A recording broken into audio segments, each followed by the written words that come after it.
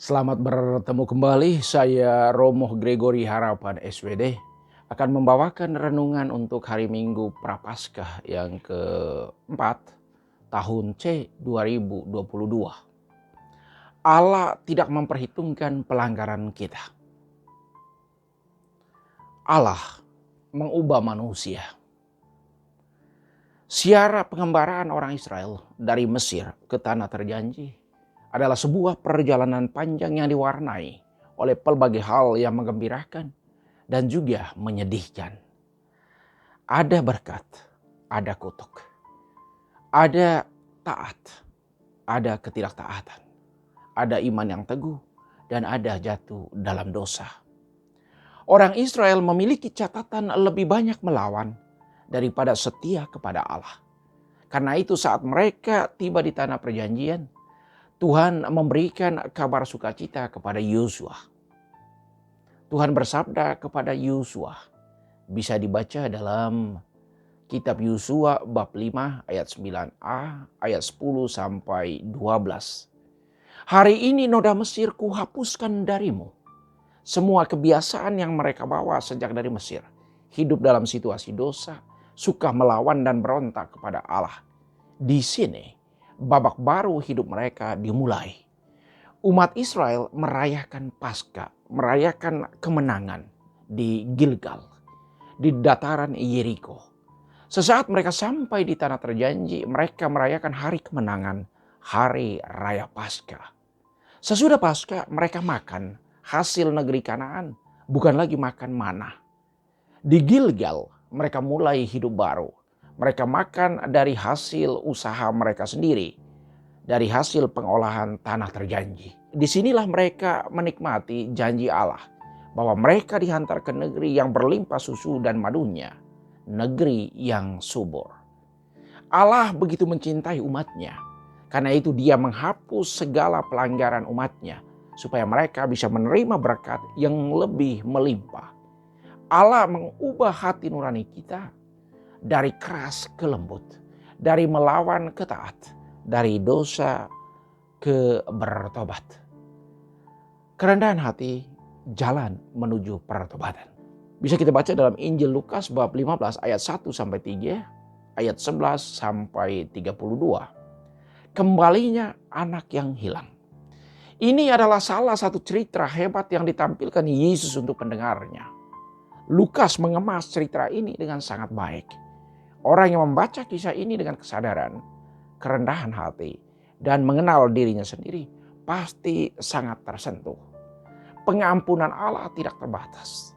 Pengampunan pertama-tama datangnya dari Allah. Inisiatif Allah yang harus ditanggapi dengan kerendahan hati dan keterbukaan oleh manusia. Betapa besar kasih Bapa terhadap anaknya, tak terbatas dan tak berkesudahan. Yang dibutuhkan dari anak hanya sebuah kesadaran dan kerendahan hati untuk mengakui segala kesalahan, kekurangan, dan berbicara langsung kepada Bapa dari muka ke muka. Bapa yang dikisahkan dalam teks ini beda dengan kebanyakan bapa rumah tangga yang ada di zaman ini. Kebanyakan bapa zaman ini membuat perhitungan ketat dengan anak kandungnya sendiri. Ada perhitungan untung rugi dan ada perhitungan aman tidak. Ada banyak perhitungan antara orang tua dan anak. Padahal sejatinya bapa, orang tua harus memberikan yang terbaik untuk buah cintanya. Karena kebaikan orang tua akan terus berlipat ganda dalam generasi yang datang dari dirinya. Wajah bapa, wajah orang tua akan terukir indah dalam wajah anaknya melalui karakter yang anak tersebut miliki. Tetapi bukan hanya kaum bapa, bukan cuma orang tua.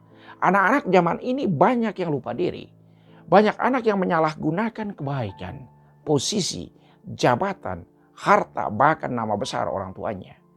Ada anak yang menduga kehebatan bapaknya, kehebatan orang tuanya akan serentak juga menjadi kehebatannya. Walaupun dia tidak berjuang sedikit pun untuk mendukung atau memberi bobot lebih kepada kehebatan bapaknya atau orang tuanya. Banyak anak zaman ini yang lupa diri. Mereka terjerumus dalam dunia judi, narkoba, alkohol, dan deretan panjang kejahatan lainnya.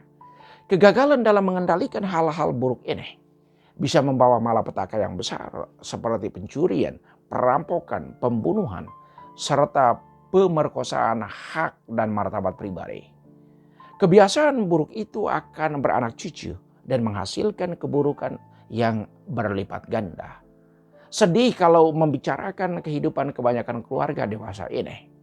Air mata bisa berlinang-linang, dada bisa terasa sesak, karena bangunan rumah tangga semakin keropos dimakan ngengat.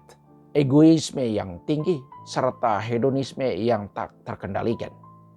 Hal yang menggembirakan Bapa Surgawi selalu mendampingi kita melalui Putra Tunggalnya Yesus Kristus, saudara dan penyelamat kita. Bapa Surgawi selalu memberi kita kesempatan untuk kembali ke jalannya. Ia tidak tega membiarkan kita menderita. Ia selalu memanggil kita pulang melalui pengalaman hidup, perjumpaan dengan orang lain, lingkungan ataupun bencana sekalipun.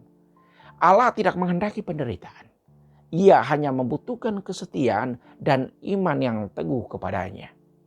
Mari kita melihat anak bungsu dalam teks Injil hari ini. Pertama, kualitas pribadi yang dimiliki oleh anak bungsu. Ia meminta apa yang menjadi haknya. Tetapi ia lupa tanggung jawabnya. Yang kedua, ia ingin mandiri. Tetapi sampai ia lupa diri. Yang ketiga, ia ingin mencari tantangan baru dalam hidupnya. Tetapi dalam kenyataan, dia adalah pribadi yang rapuh. Dua, kekurangan yang dimiliki dalam sikap si bungsu. Pertama, mengabaikan pertimbangan yang matang. Gegabah memutuskan sesuatu untuk dirinya. Kedua, memilih teman yang salah. Ia berteman dengan perempuan-perempuan yang tidak baik. Ketiga, tinggal di tempat yang salah. Pengaruh lingkungan sosial yang buruk memainkan peranan penting dalam kehidupan seseorang. Hal yang ketiga, titik balik dari si bungsu. Pertama, bencana kelaparan, ketiadaan makanan. Kedua, penderitaan, ketiadaan jaminan rasa aman. Ketiadaan uang, ketiadaan makanan, ketiadaan tempat tinggal yang nyaman. Yang ketiga, mengenang masa lalu yang baik dengan bapaknya. Ia mengingat keluarga, ingat rumah orang tuanya. Keluarga adalah sekolah pertama dan utama dalam kehidupan setiap orang. Keempat, kesadaran untuk kembali kepada bapaknya apapun risiko, tantangan, dan anggapan orang. Ia berani untuk kembali. Kelima, kerendahan hati. Pulang ke rumah bapaknya, biar hanya untuk menjadi orang upahan, ketimbang di negeri asing yang penuh dengan kesengsaraan. Negeri asing itu identik dengan situasi kedosaan. Jauh dari Allah, jauh dari kedamaian, keadilan, dan sukacita. Negeri asing membuat anak bungsu kehilangan sukacita, kehilangan damai, kehilangan kegembiraan, bahkan kehilangan jati dirinya. Itu yang menjadi dorongan untuk dia kembali kepada bapaknya. Buah dari keputusan tepat yang diambil oleh si bungsu, yaitu pertama, harga dirinya diangkat kembali. Dari makan makanan babi dan diterima kembali kayak prajurit yang kembali dari medan perang yang membawa kemenangan. Yang kedua, status anak yang telah hilang akibat kelakuannya didapat kembali tanpa dikurangi sedikit pun dari apa yang pernah ia peroleh. Martabat keanakan itu tidak pernah hilang. Yang ketiga, sukacita, kedamaian, dan keharuan mewarnai hidupnya. Ia berjanji untuk tidak mengulangi kembali perbuatannya yang salah. Lalu coba kita lihat karakter yang dimiliki oleh anak sulung. Kualitas dirinya, pertama, selalu bersama bapaknya. Ia adalah seorang yang rajin, jujur, setia pada bapaknya. Ia juga adalah orang yang bertanggung jawab terhadap semua yang dimiliki. Menjaga ladang, ternak, dan juga rumah. Yang kedua, kelemahannya.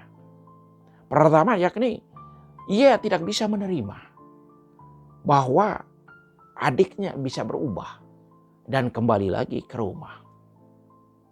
Kedua, ia mempunyai pikiran yang negatif tentang orang lain, tentang adiknya.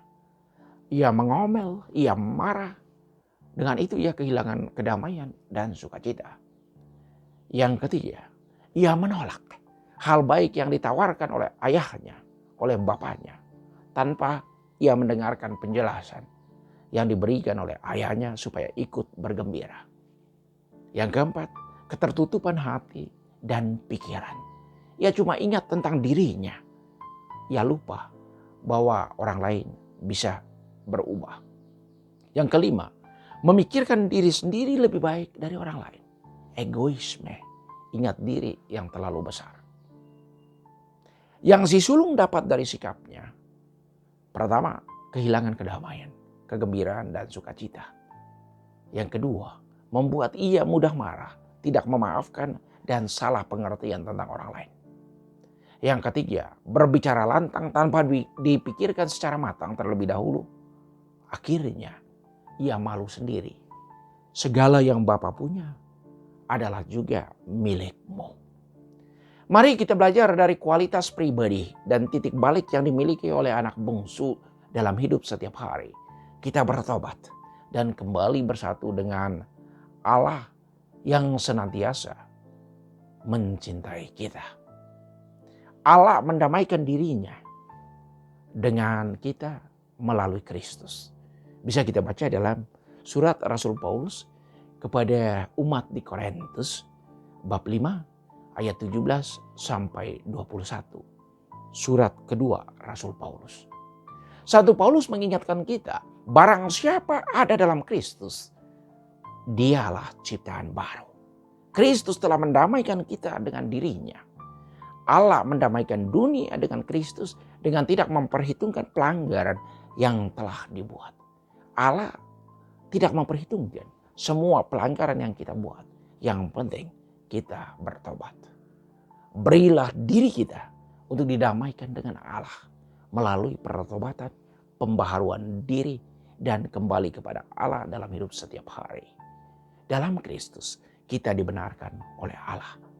Mari saudara dan saudari, kita terus memboboti hidup kita setiap hari dengan melakukan yang baik dan menghindari yang jahat. Tuhan memberkati.